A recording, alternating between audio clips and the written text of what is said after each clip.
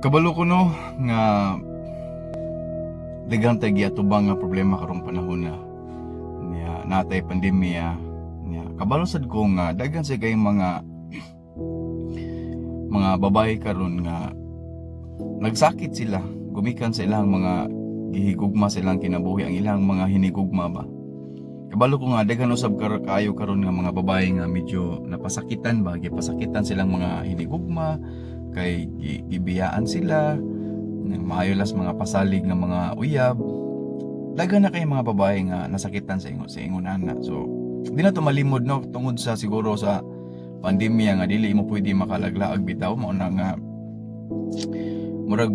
mabutang bitaw nga wala na siya panahon para i-text ka, wala na siya panahon para i-kontakon ka, tawagan ka. Siguro nato ang ato ang buhaton ba nga kung kamo gyud mga babae para manitambag ninyo sa mga babae kung kamo mga babae kung gusto gyud mo kuan relasyon nga ligon nya relasyon nga kanang dili mo makasinati og mga kasakit kanang relasyon nga murabag mosalig gyud mo ba kasaligan gyud ang inyong partner kung gusto mong makasinati gingon ni ana no sultihan ta mo tinuod no kung gusto mo og kanang seryoso pilian ninyo ang kuan ang maestro